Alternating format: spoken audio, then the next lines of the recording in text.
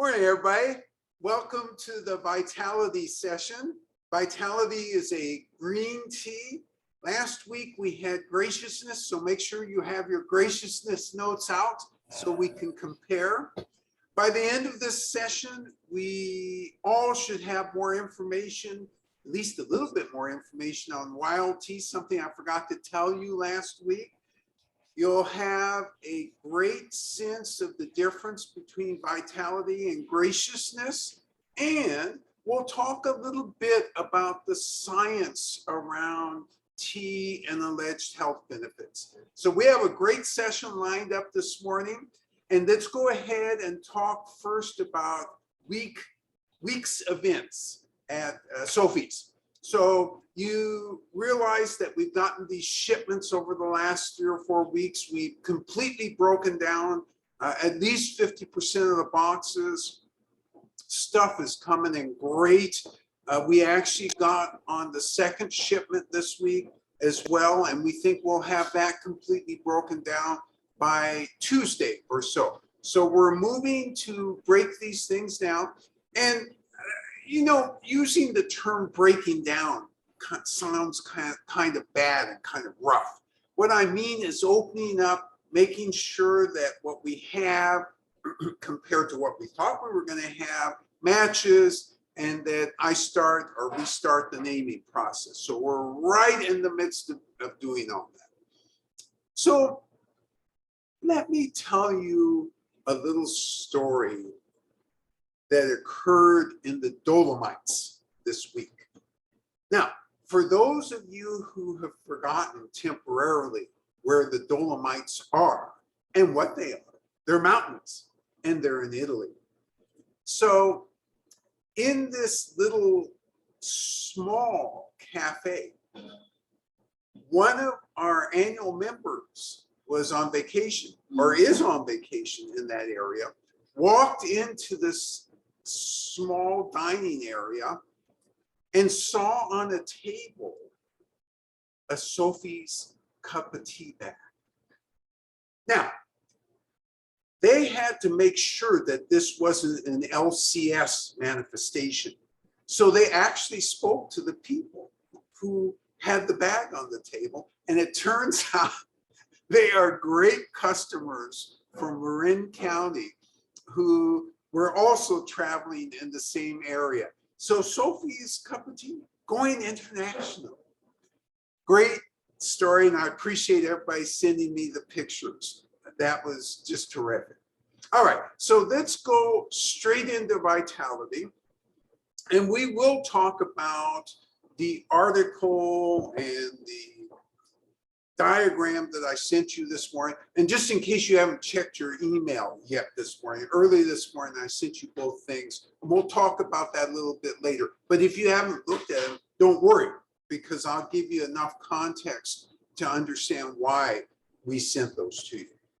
Vitality is a premium green tea, and it's another example of why when a doctor tells a coffee drinker that you now have to start drinking green tea to prevent further heart issues, it's not a death sentence.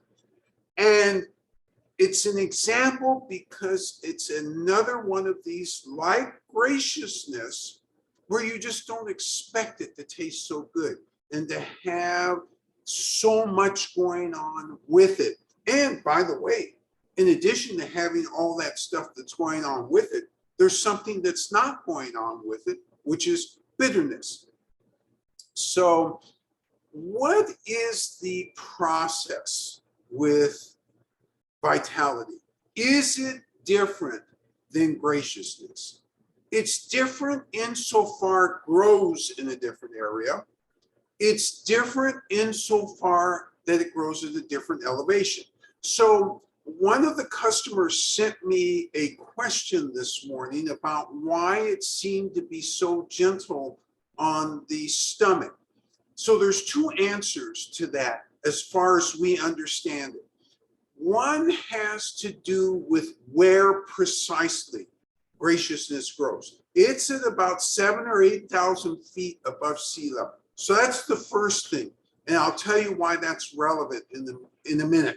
The second thing is it gets snow in that area, not heavy snow, but dustings of snow almost every year.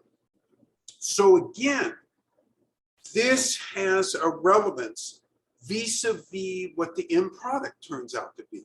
Yes, I understand it's green tea, but when it's grown at that elevation and when it's cold, usually the leaves are smaller and there's more amino acids that accumulate in the leaves.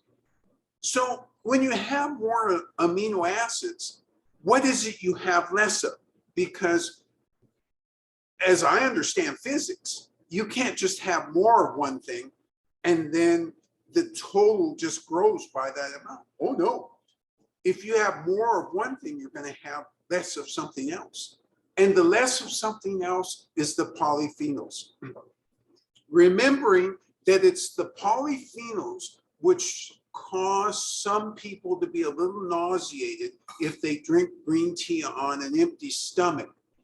That's the difference, because it's more amino acids, fewer polyphenols. The amino acids therefore bring more sweetness, more mildness, more L-theanine, all of that stuff. And that allows this tea to be gentler on the system. This tea being graciousness. The other thing that I realized after we left the session last week is I forgot to mention the other aspect of wild tea that's really important to remember. When you have wild tea, whether it was created because farmers planted and then left, or it was propagated by the fates a long, long time ago, what you have are plants that are competing with other plants. What do I mean? Nobody's tending. That means, weeds, pests, other plants, all competing for that spot. Therefore, any tea that survives that competition is more robust. So that's the other element. So when you hear the word wild, and it truly is wild, then this is another element about the tea that you come to recognize, and you come to understand that that's something special about this plant. Vitality. Is it wild? Nope. Is it ancient tree? Nope. Is it monoclonal? Yes. It's monoclonal from a very good varietal from Hubei province. And the key to this is not much of this varietal is grown. And the particular farmer who's growing this is also a very prominent scientist. Okay, I'm trying to figure out why I just linked science and tea together. Now, when it comes to EGCG and large words, we like scientists. But isn't it true that when it comes to farming, we want farmers who have generations of experience and secrets? So technically, for the best farmers, and this is very important for you to understand because most tea purveyors don't truly understand this.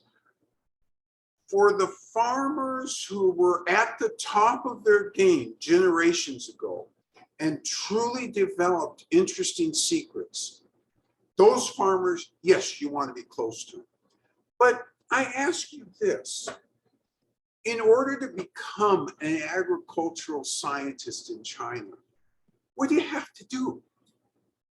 Do you just wake up one morning and say, well, I'm going to read these texts and become an agricultural scientist? The answer would be clearly no. Instead, you've got to go to ag school. And the Chinese ag schools are chemistry heavy, processing heavy, and history heavy in relationship to tea. Why is this important? It's extremely important because you watch your scientists when they talk about EGCG, they have some sense of understanding what they're talking about. This is also critically important because most of these scientists are involved in the work of collecting the best techniques for making tea. And this is an assignment, by the way. It isn't, you know what, I'm an independent scientist. I just am interested. I'm going to go out there and collect best techniques. Oh, no, this is assignment. And why is this an assignment? Because the scientists have to understand those best techniques, because when they're developing hybrids and new varietals, if you don't understand how local farmers are using those and how they're trying to get best flavors and aromas, you're not a good scientist. Yes. Is Hubei province, where this tea comes from, also part of the Yellow Mountains where graciousness comes from? So the questioner asked, since I seem to link Hubei and Anhui, except I didn't use the word Anhui, I used Yellow Mountains. Are they in the same province? No. Anhui is north and Hubei is a little south, and the distance between the two is about 1,000 miles. But the question was actually, is it part of the Yellow Mountain Range? But that would also be, you know, the Sierras stretching for as long as they do. Great question. So there's a clarification to the question. Does the Yellow Mountain Range run into Hubei, just as say the Sierras go from northern to southern California? And the answer is no. The Yellow Mountain Range goes further north. Hubei is not affected at all. They have their own mountain ranges there. And so it's a completely different terroir, a completely different range or set of mountains. Great question, though. So at any rate, these scientists are also tasked with recording to the best of their abilities. Now, I use that caveat because some farmers, remember, keep a lot up here, and the best of their ability to get that recorded, sometimes it doesn't get out of here, but many times it does. And why do they want this information recorded? Since the 80s, the Chinese National Academy of Sciences has had the mission to try and collect all the information they can on processing modalities. This was driven by the fact that some modalities they realized were already lost. People who had those modalities were passing away, particularly in reference to yellow teas, and suddenly National Science Academy of National Scientists became aware and said, hey, you know what? Let's collect for everything as best we can. So this isn't they forcibly get this information from the farmer. What they do instead is make this a patriotic appeal. Hey, you know, we want to maintain ability to have the best of this tea because it's only in China and only you have this. Can we take pictures? Can we ask you questions? So they're archiving a lot of these materials. So I made a reference to purveyors before, not understanding the whole relationship of this. What they don't understand is most of the tea scientists have this incredible encyclopedic range of information that's already been collected. So they have the highest sets of skills in actually processing these tea leaves. And that's really interesting, and that's missed a lot. And that's one of the reasons we are so close to the scientists, because soon enough we recognize, wow, these guys know stuff, and they demonstrate that they know stuff. So when we took the group to Yunnan in 2019, we had a scientist traveling with us. And everywhere we stopped, every farm we stopped, the farmers, when most of us weren't looking, sidled up to the scientist and said, hey, bro, can you look at how we're processing and make some suggestions? And sure enough, I watched this scientist over and over making suggestions.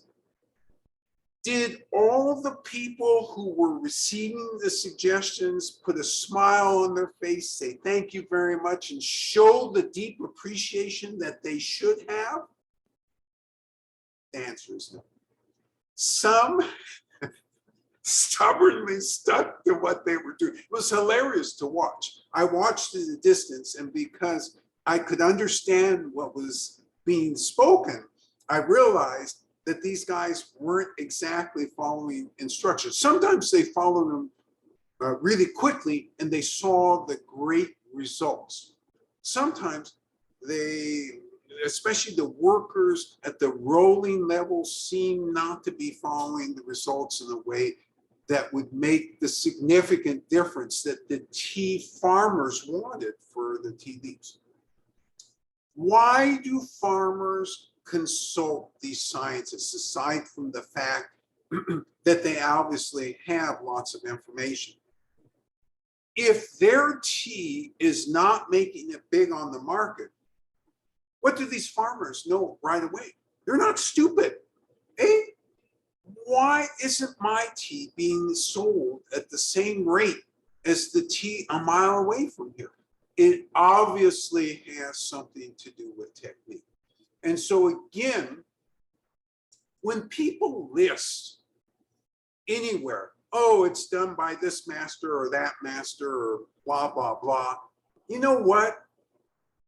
Really, the totality of the methodology for processing most of the time doesn't, in quotes, reside with these masters. It resides with the scientists.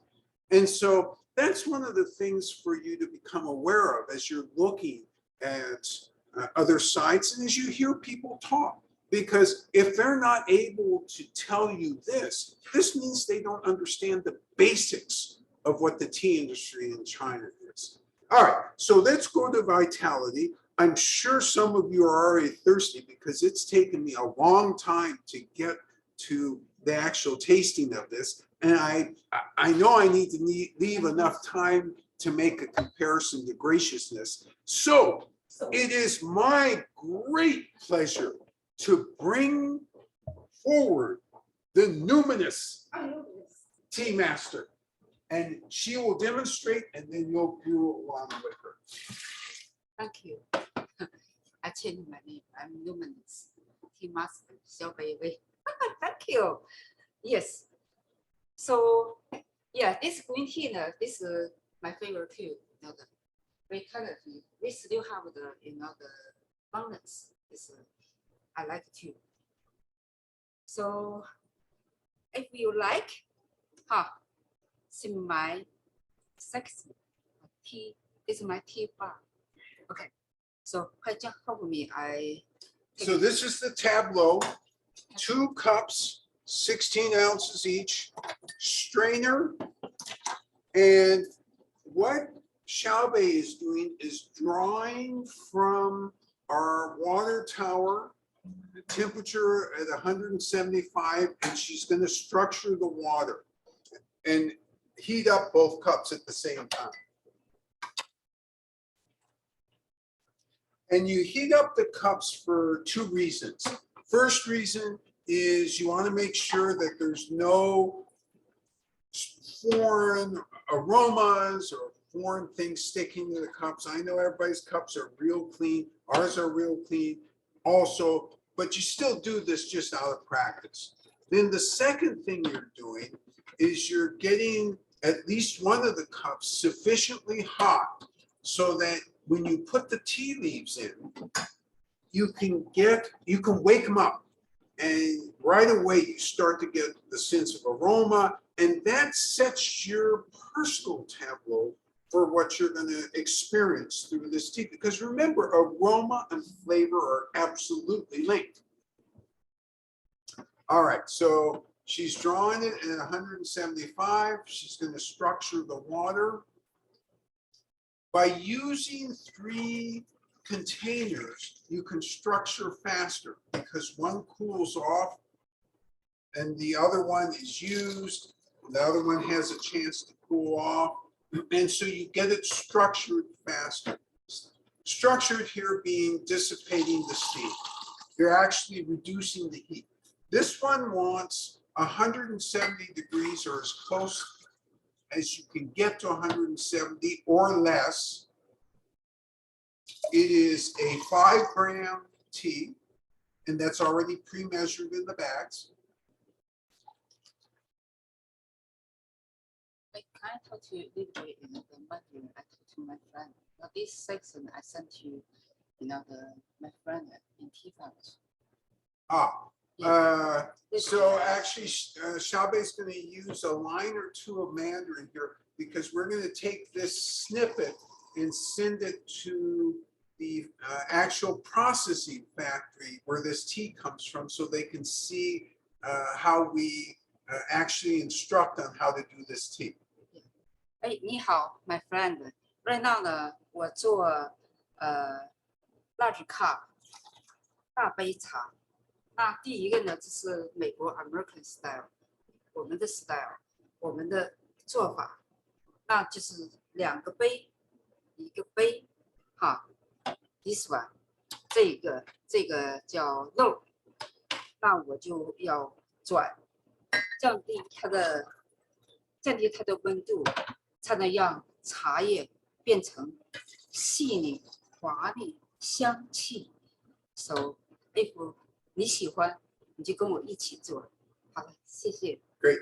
So what she said is the same thing I said in English just a minute ago, describing what this process is. Because remember, in China, they don't use big cup like this. So this is an opportunity for them to learn as well. 再做一次，因为保持这个温度。Okay, so she has structured the water, heated the cups, and put the 5 grams in the heated cup. She's going to shake it and smell, because remember that gives you your first indication of what this tea might be like. She makes sure that the tea is on the side of the cup as much as possible, and she pours away from the tea leaves. Remember, if you miss and pour directly on, is your tea wrecked? No, not at all. It's just you get the best flavor if you're able to accomplish what we just said. She puts hot water, and you can put any degree of hot water in here from 175 to 212. We usually use 175 when it's green tea, but if you put 212 in, it wouldn't matter because you're just trying to make sure that the other receptacle cup is heated. That's it.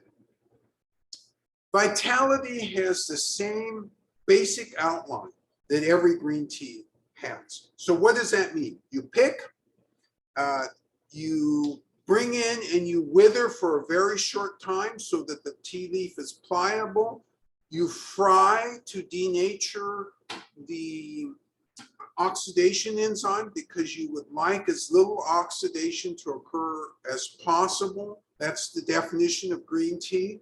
And then this particular tea is rolled, and it's rolled 2 or 3 times, but the totality of the roll is somewhere between 45 minutes and 90 minutes. At the conclusion of that, it's baked, and it's baked in order to reduce the water content in the leaf to an acceptable shelf-stable state. What does shelf-stable mean? Technically, it means 6 to 7%, no more than 6 to 7%. Usually, it's anywhere from 5 to 6% with green teas where they actually end up to make it shelf-stable. If you put, or if you allow more water to be in the tea leaf, after some period of time, and if you're in a humid place, it can be really quick, 30 to 60 days, it molds. So that's why you make things shelf stable. All right, 2 minutes is finished. And deliberately, carefully, you're going to separate the tea leaves from the tea liquor. 那大家都知道，这是一定要慢动作啊，不能太快。 So it's a slow, deliberate movement. 一定要慢慢的，哎，就像我这样 circle。 So Wow. deliberate, slow, and in a circle. So that's what Tea Master just said, again for our friends in China.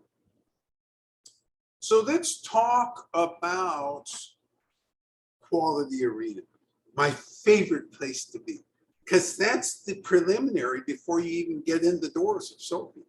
So we're going to take a look at the leaves, and then we're going to smell the leaves. This is 170 degrees, so we can take we can actually put our nose in here, still carefully.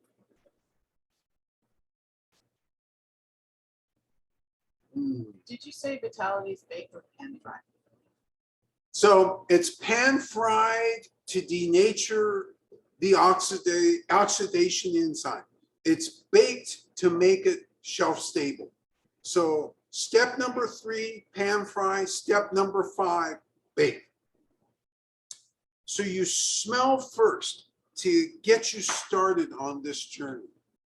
Then we see what sort of feel, what sort of mouth feel.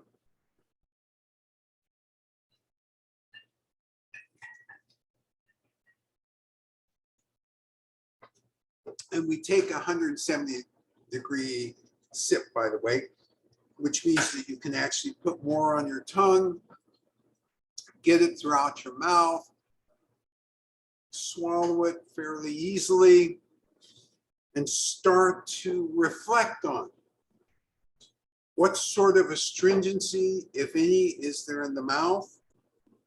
Where in the mouth are you feeling dryness?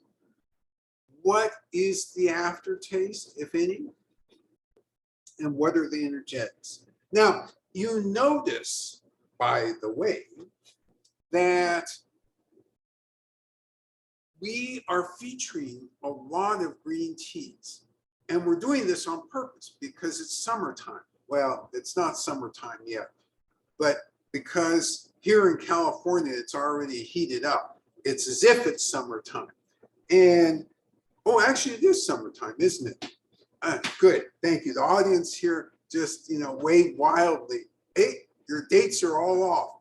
And it is summertime, and green tea is great during the summer. This is what they say in China because it's cooling on the system. So that's the alleged energetic for green tea. So again, you take another sip to think about what's going on in the mouth.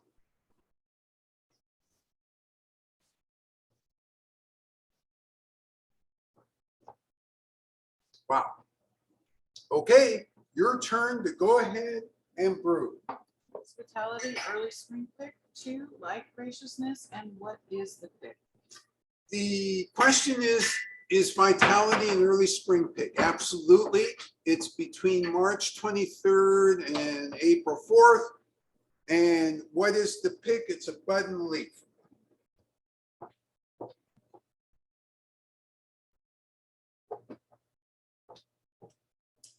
All right, so you have 2 cups. 这样呢，就能像我这样的一个位置啊，就是3个杯啊，大家一定要注意。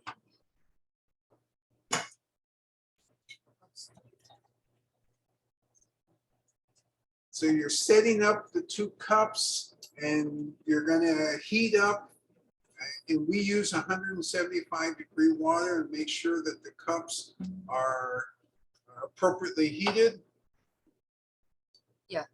先把杯子给烫暖、烫热，这样你可以translate啊，不介绍中国的一些。 You heat up the cups as she had demonstrated before, so you should be doing that now. Make sure that the strainer is clean. 那大家一定要注意，这是3个杯子哈，一定要用这个3个杯子。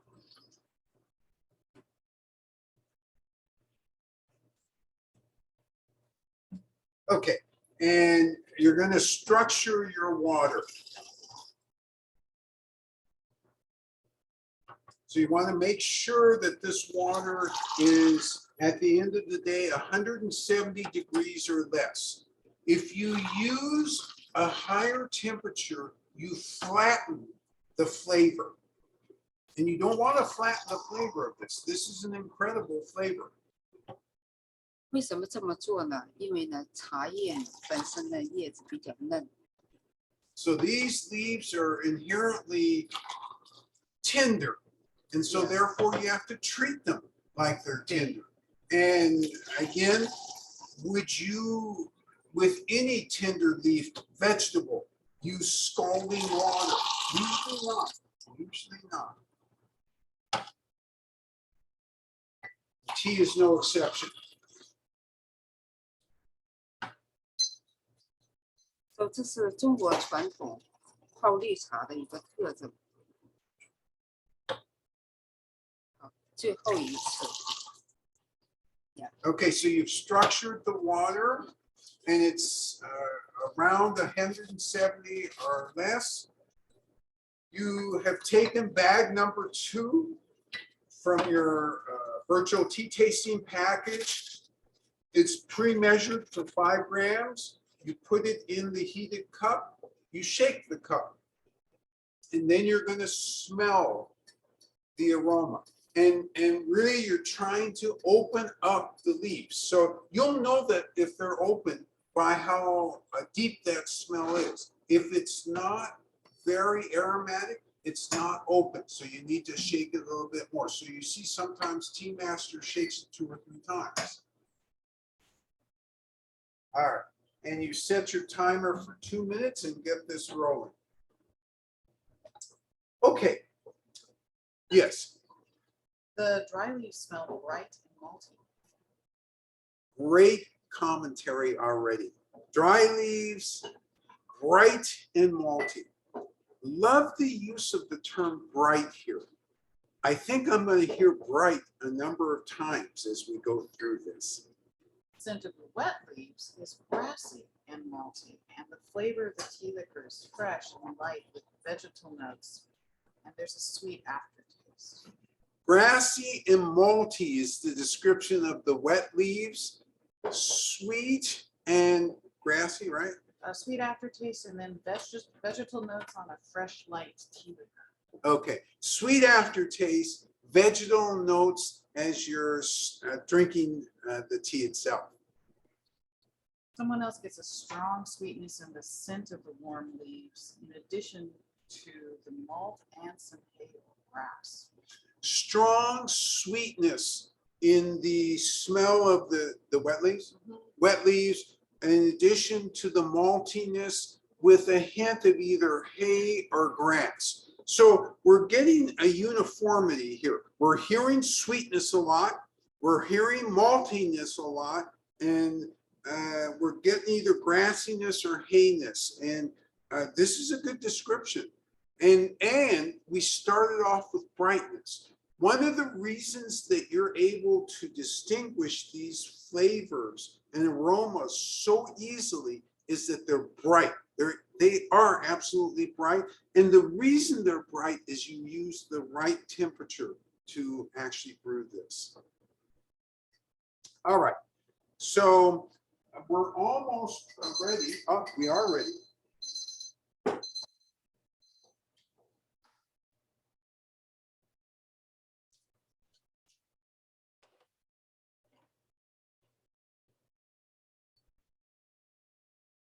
And so the tea master separates slowly the leaves from the tea liquor. Not in a hurry. Make sure that all the liquid is out because you get a wonderful second steep in this. And now you're going to go through the quality arena assessment. And the first thing you're going to do is smell these leaves.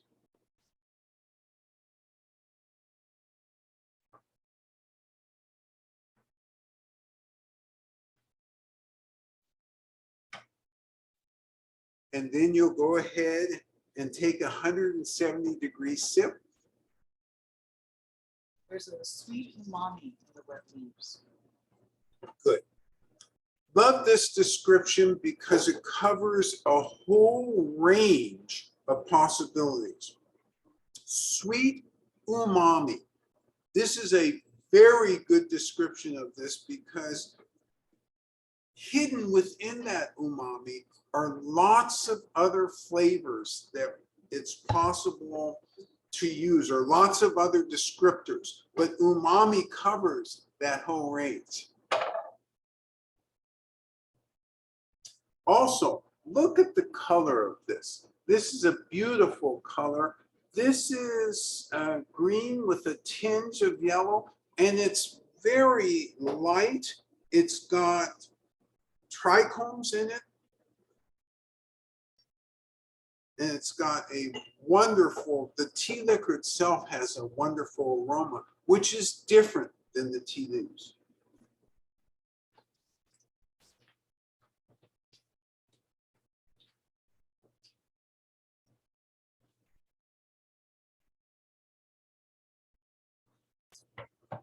Yeah. The aroma has a slight hint of popcorn. Not sure how to describe. Great. This is, I was looking for something similar to this. And why I like this is because from my perspective, it's got that smooth butteriness, so hint of popcorn. And one of the terms that I use to describe this are hints of nuttiness. So popcorn and nuttiness are close enough that you're getting, we're all tasting the same thing. Whether we're using popcorn or nuttiness or buttery or smoothness, it's all in that same range. Someone else gets a sweeter grass aroma. A sweeter grass aroma. So without question, we're coming back to this commentary about sweetness. And again, remembering that in the past, when people in the old days only got green tea from those big chains, I don't even remember what the names of them are, and thought that green tea was a sentence to a lifetime of bitterness. The answer is no. Green tea done properly, green tea from the right varietals, green tea processed properly, should have a bunch of very pleasant flavors. And this one has a lot of sweetness to it.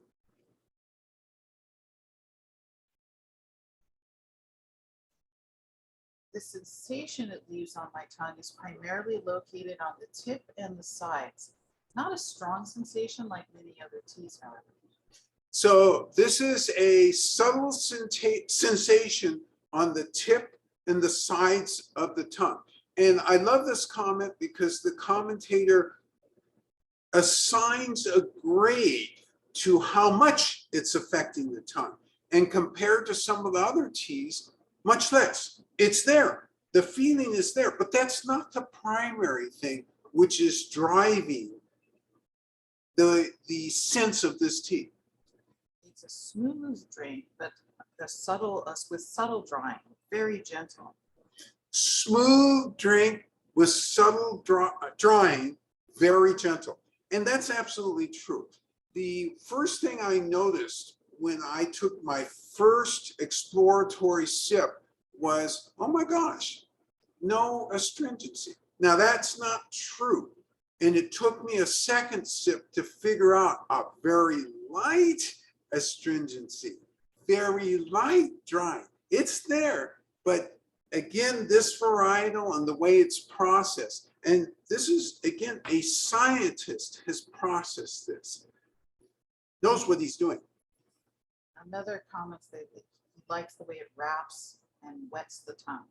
So this commentator likes the way it wraps and wets the tongue. So, you know, there's a hint of something else here that's suggested by that comment, and it's a hint of juiciness. There is a juiciness to this tea.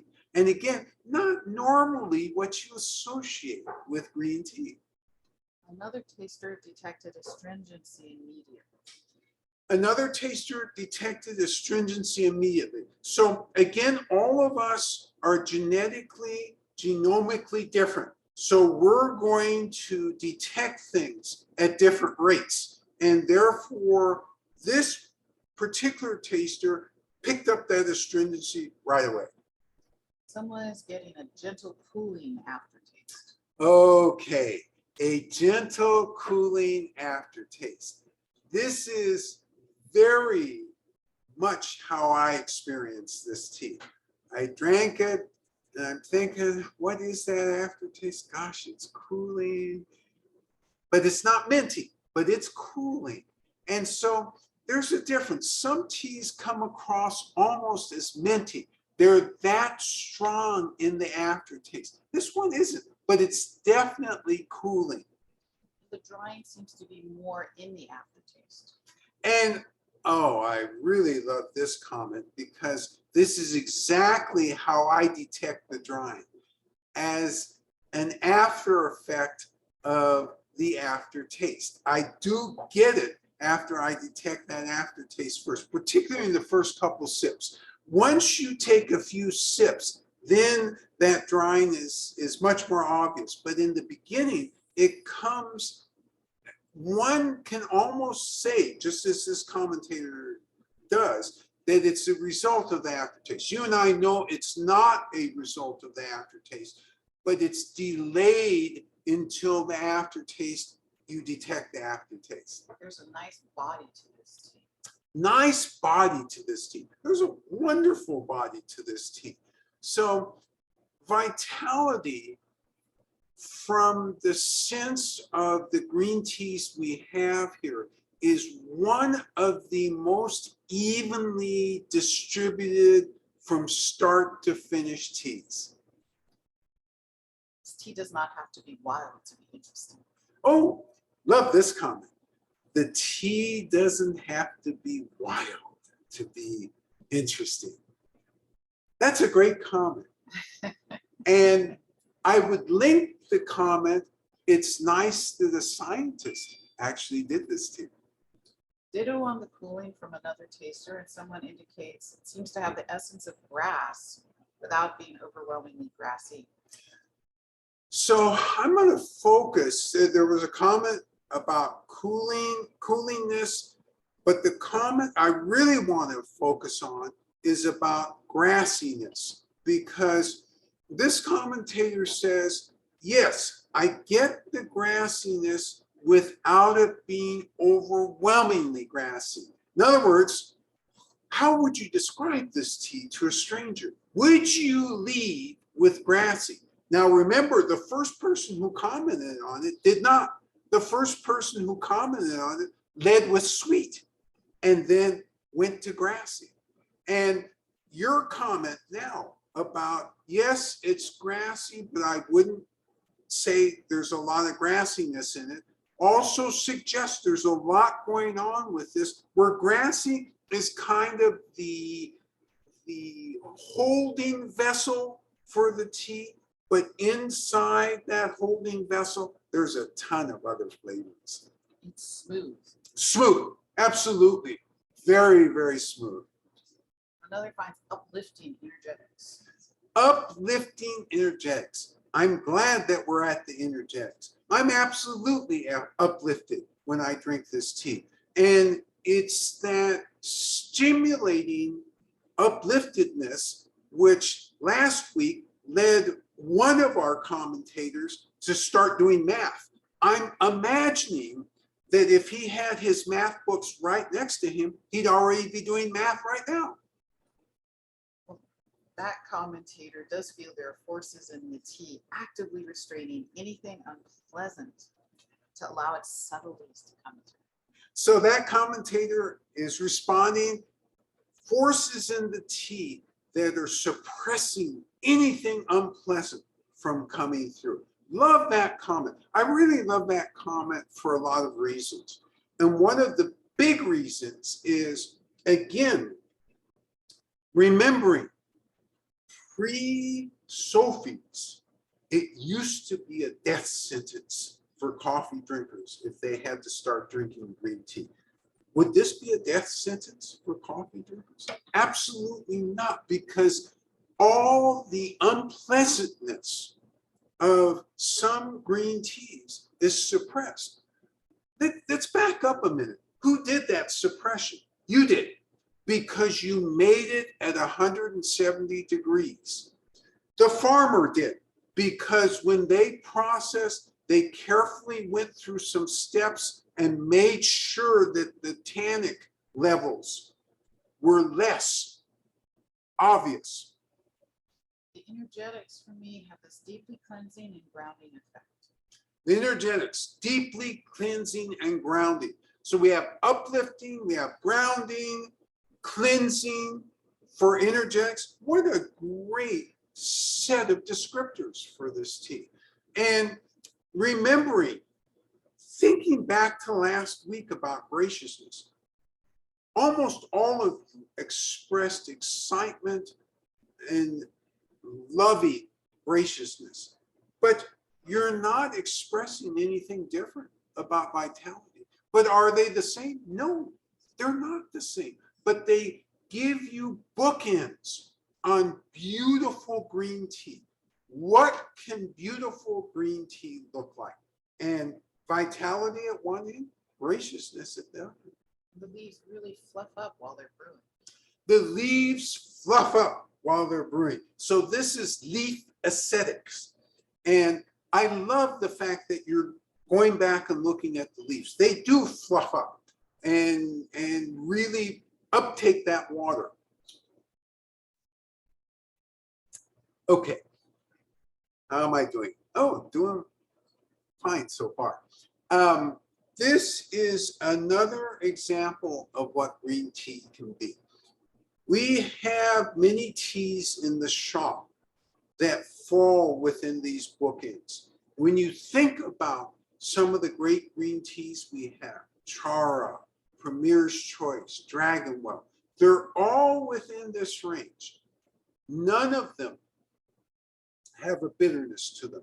They all have some different flavor which comes to the top. They all have a smoothness to them. Graciousness and vitality are particularly smooth. And again, in both cases, this is tribute both to you in terms of brewing, but especially the farmer in terms of processing. So what are the levers that the farmer can use to affect the flavor? Well, one of them is the temperature that they use to fry the leaves. So some farmers fry the leaves at close to 450, 500 degrees. Some farmers fry the leaves at 350. How do they know? Which recipe book do they look in to find out, oh, this varietal, you better use this temperature? They look in the recipe book of ancestors. The ancestors who passed down the secrets of how to process these teas. Or else they look in the recipe book of all the stories that the ancestors have told and are recorded within the scientific archives. That's how they learn to process these teas. The other lever that farmers have is really the rolling, because the rolling to some degree influences ending flavors that are hidden within the tea leaves. So you all used a catch-all term, which I love for this particular tea, the umami. That umami comes from how it was rolled. And so the umami expressed or exposed the, in quotes, popcorn or the nuttiness. And this nuttiness is very different than graciousness. Graciousness led with a nuttiness. This, you grow into it as you drink down into the tea. Yes. Any food pairing suggestions? Food pairing suggestions. So this one, and remembering, I'm envisioning a summer morning. You wake up, you're going to have a few friends over for breakfast. And you're going to make a nice omelet, some parsley, no tomatoes and no bacon with this omelet. But you put a few others, some thyme in this omelet. Have some nice toast with this. And you're going to make a cup of this tea, Vitality. Now, what are you going to ask your guests to do first? And in fact, you're going to control the process because you're going to put the hot omelet in front of them. Start out with this, right? And then as they're eating, you're going to put this cup of tea beside. So they have something in their stomach before they actually ingest any green tea. Hopefully, they're fast eaters, so they'll almost finish the omelet, and then they'll start on this tea. This is a perfect tea for that type of event, for that type of food pairing. This is not a good tea. So if you did that omelet and you cooked up bacon and put it in the omelet and served the tea at the same time, that's a fail.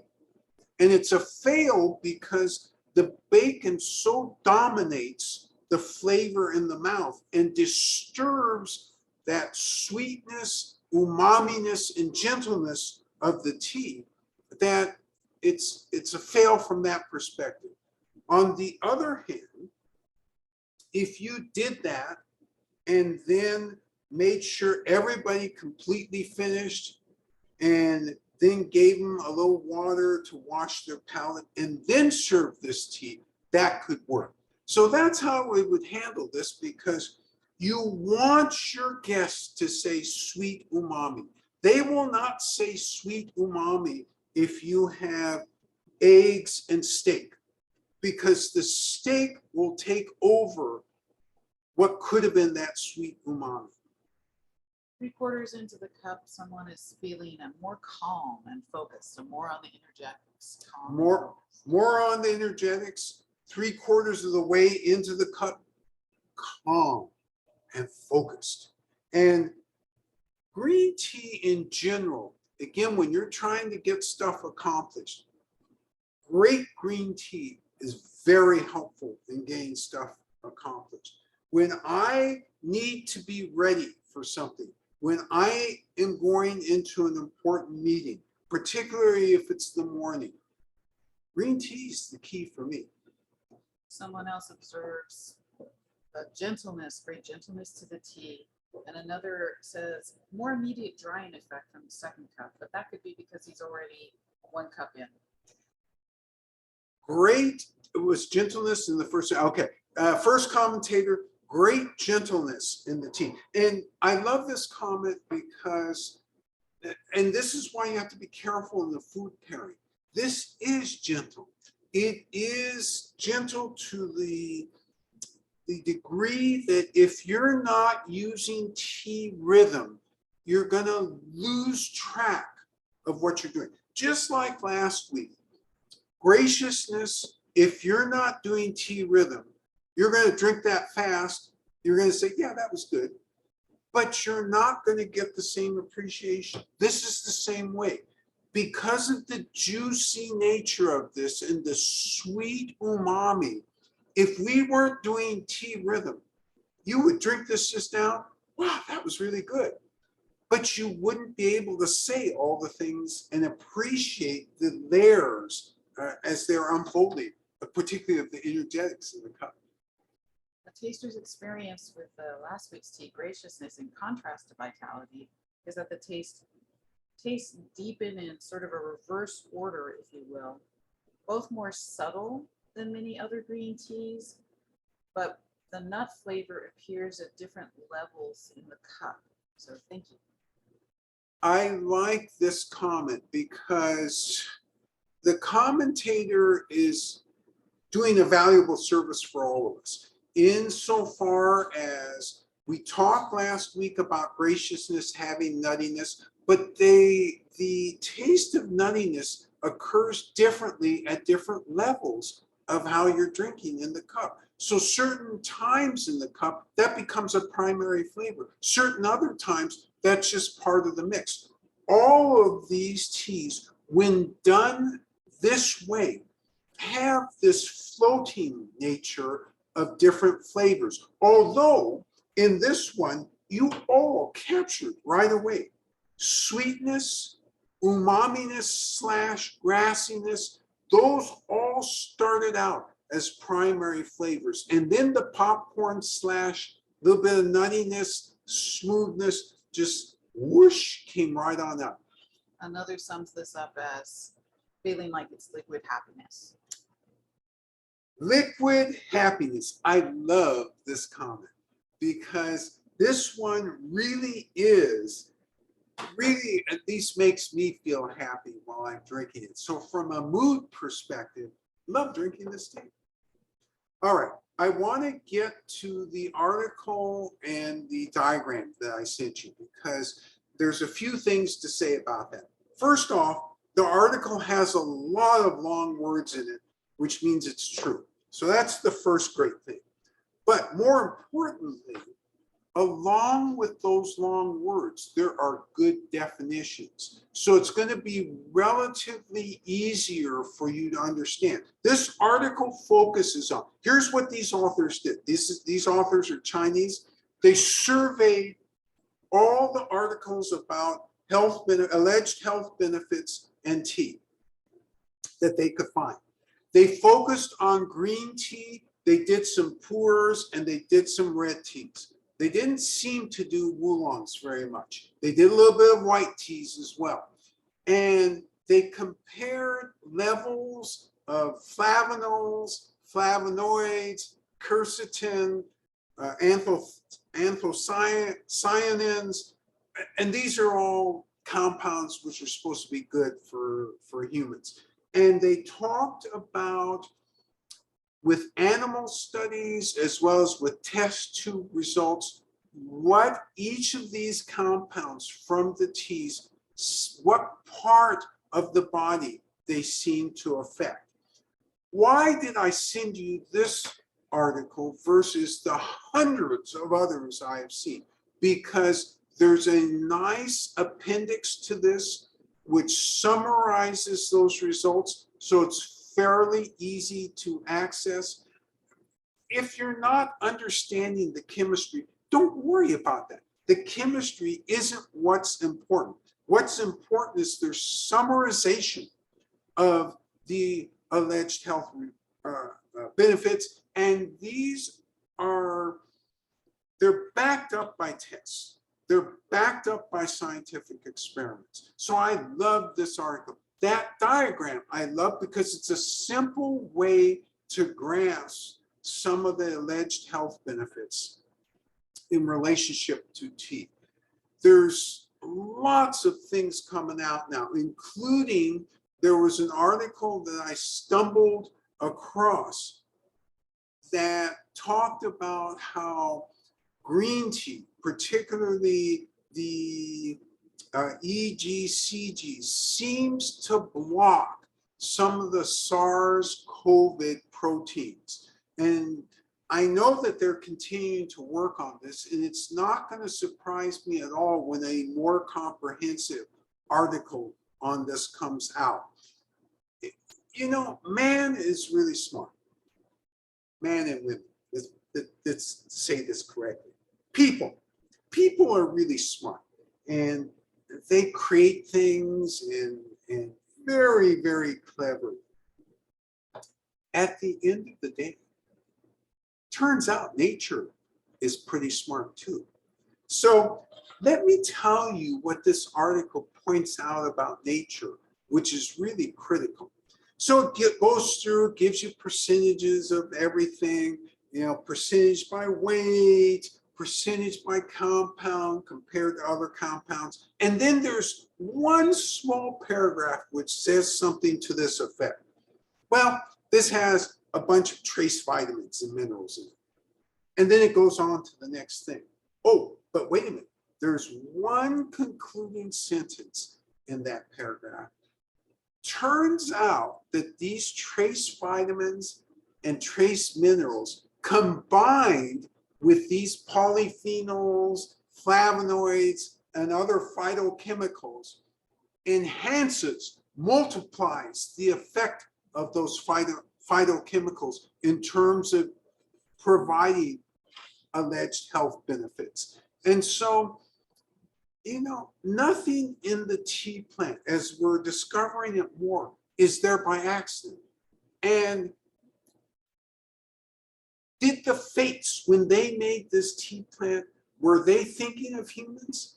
Well, that's a debatable question.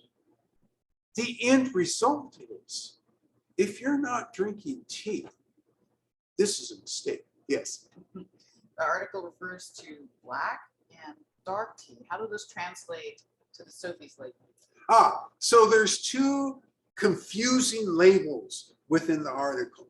And I hate what the translators have done to this, but you know what? This is the commonly accepted way to translate things now. So let's strike from the record what I just said, and let's just give you what this translates as. So black is equivalent to our red teas. So that means they're heavily oxidized. That means theaflavins and thearubicins are the key polyphenols. And dark. This thing makes me laugh every time we come across dark tea. It's fermented tea. So, and specifically, oh, actually what I'm about to say is wrong. So let me back up here. It is fermented tea without question. I was going to say it specifically refers to pours, but actually that's not true. They refer to a tea that's very much like our Thousand Tales as well in here. So it's all fermented teas. So in general, when you see that title, dark tea, we're not talking about dark matter. Well, actually, we are talking about dark matter. We're talking about fermented teas. And especially when you see it in relationship in the same article to black tea, which is the red teas. All right, so at your convenience, go ahead and look through that article if that's of interest to you. And particularly look in the appendix because the definitions are really, really easy. And again, this is why I shared this with you. And it shows you how much progress is being made in the scientific world vis-a-vis understanding tea. And are we close to understanding everything? The answer is no. Long ways to go. But everything we're discovering is, it looks really good. One other thing that this article points out, and I really want to bring this to your attention because I've heard this over and over and over again. So in the health food stores, you see green tea supplements. You even see them on Whole Foods and Berkeley Bowl and all those reputable establishments. Be careful. Those have so much packed into them, they can produce a toxicity. Now, does that mean you can have a toxicity drinking tea? No, this is not what that is. It's just that they pack so much into them. I mean, you'd have to every day be drinking 30 cups of tea. I'd love to drink 30 cups of tea, but I can't. I don't have that capacity. Nobody does. So be aware of that. Stick with the tea itself. I mean, it's much easier to take a pill. I understand that, but it doesn't have the pleasure nor the rhythm that the tea itself does. As usual, what an audience. You guys are the smartest and most focused when you go through these teas. Love your commentaries. Very thought-provoking, and sometimes even change my mind about how to describe these teas. So I thank you for all of those comments. Your job this week is to remain healthy so that next Saturday, when we do Mountain Relic, which is a raw black, we'll have fun together. So have a great week. We'll see you next week. You take care now. Bye-bye.